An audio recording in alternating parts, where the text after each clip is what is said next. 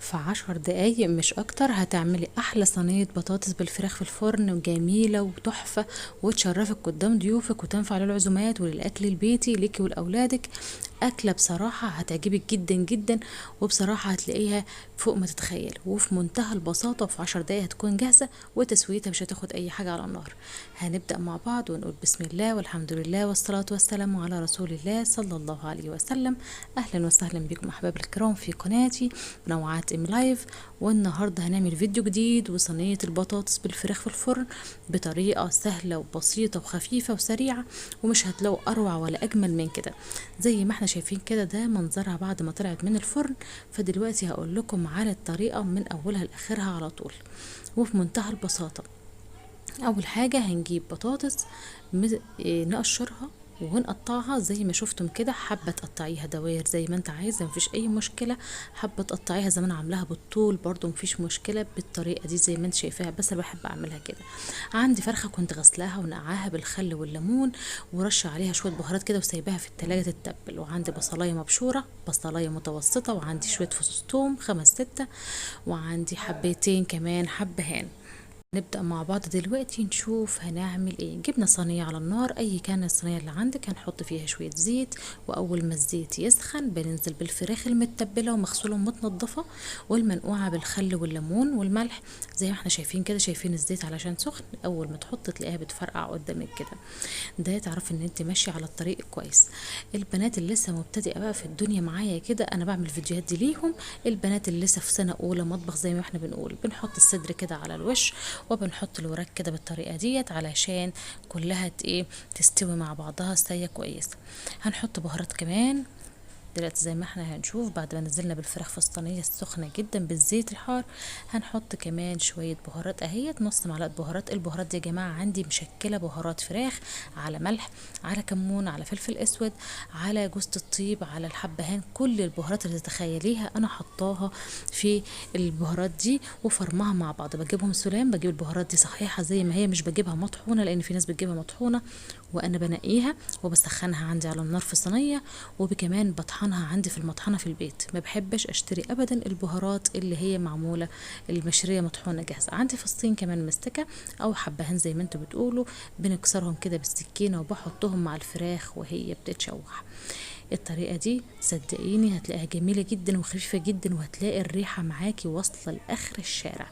لما تشتري البهارات زي ما انا قلت كده وتطحنيها عندك في البيت، هتلاقي بهارات ريحتها جميلة جدا. عندي البصلاية المتوسطة المبشورة، ما بحبش اكتر بصل على الفراخ بالذات. بعد ما الفراخ اخدت تشويحة لوحدها كده وغطينا عليها شوية وسبناها، رجعنا كشفنا الغطا وحطينا البصلة المبشورة بالطريقة اللي احنا شايفينها دي. في الجنب كده اللي هو الزيت المتكون ده بحط في البصلاية وبفردها فيه كويس قوي زي ما انتم شايفين كده، وهنقلبها في شويه اللي فيهم زيت في الجنب كده. تمام. هجيب بقى شويه ملح او معلقه صغيره ملح على حسب الكميه اللي انت هتعمليها. انا عن نفسي هحط معلقه مليانه ملح اهي صغيره، هحطها على البصل عشان تتدبل بيها بالطريقه دي كده. وخلاص هسيبها اهو اقلبها على بعضها، وهغطي عليها واسيبها حوالي 10 دقايق مع بعض. ده بعد ما كشفنا البصلة اهي خلاص بدأت تتكرمل مع الفراخ. هنزل بالبطاطس الاول المغسولة ومتقطعة كويس جدا زي ما احنا شايفين. هنفرد البطاطس في الصينية زي ما انتوا شايفين كده بمنتهى البساطة. انا بحب اعمل في صينية واسعة. هتقولي هي فرخة واحدة بس هتعمل صينية كبيرة قوي، لان انا بحب اخد راحتي بالذات في التقليب والكلام ده، ما بحبش اكون على الواحدة كده اهي. قلبت، شوفي الفراخ زي ما انتم شايفين كده بقلبها. الفراخ طبعا واخده بتاع التشويحه الوحيده الاول مع البصله، وبعد كده حطيت البطاطس، وطبعا واخده معلقه ملح عشان احنا عارفين، واخده بهاراتها كامله، بس لسه هنحط شويه بهارات هقول لكم دلوقتي فين. دلوقتي هنغطي على البطاطس ونسيبها شويه بقى مع نفسها حوالي 10 دقايق ونرجع تاني. عندي معلقه التوم هرستها برضو بشويه بهارات اهي، بقسمها كده في جوانب الصينيه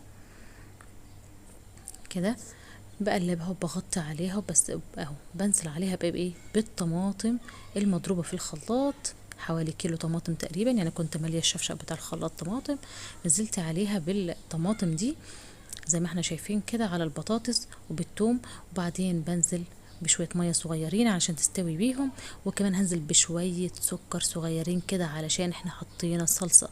اي صلصه طماطم عندي لازم احط لها شويه كده من السكر، بديها تسكيره جميله قوي. على فكره الطماطم دي انا ضاربه فيها قرن شطه كبير، قلت عشان يبقى فيها شويه حراره لان انا بحب البطاطس وفيها حراره. تمام، عشان كده ما حطيتش شطه تاني في الصلصه. كده دخلتها الفرن، شفتوا دي كده هي شغاله في سوا دلوقتي في الفرن اهي. يعني بدأت الطماطم تتسبك شوية، انا قلت برضو اوريها لكم وهي في الفرن علشان نكون عارفين المراحل بتاعتها. دي بعد ما استوت بعدها بحوالي ربع ساعة او 10 دقايق زي ما انتم شايفين كده، خلاص بدأت تتشمع معانا وتاخد لون تاني.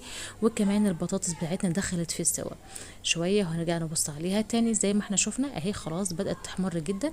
وكمان البطاطس بتاعتها شوفوا استوت اهيت زي ما انتم شايفين. هنغزها كده بالمعلقة نلاقيها خلاص استوت، وهي خلاص الفراخ بدأت تاخد معانا لون. هنسيبها في الفرن كمان شوية، هي محتاجة كمان حوالي 10 دقايق لحد ما تاخد لون محمر كويس قوي. طبعا بنشوف قدامنا يا بنات تاخد لون كويس كده. وتلاقي البطاطس اهي زي ما انتم شايفين كده، البطاطس معانا اتسبكت. دي النهاية بتاعتها، البطاطس كلها متسبكه، الفراخ خلاص استوت. شفتي تتحركي المعلقه فيها كده، دخلي المعلقه فيها، لو دخلت فيها تعرف ان اللحمه خلاص او الفراخ معاكي استوت بالظبط كده. وكمان هنشوف زي ما احنا هنشوف البطاطس تكسري بطاطسية كده تلاقيها خلاص معاكي تمام التمام. خلاص بتدوقي الملح بتاعها، ملحها مظبوط خلاص تمام كده كويس قوي.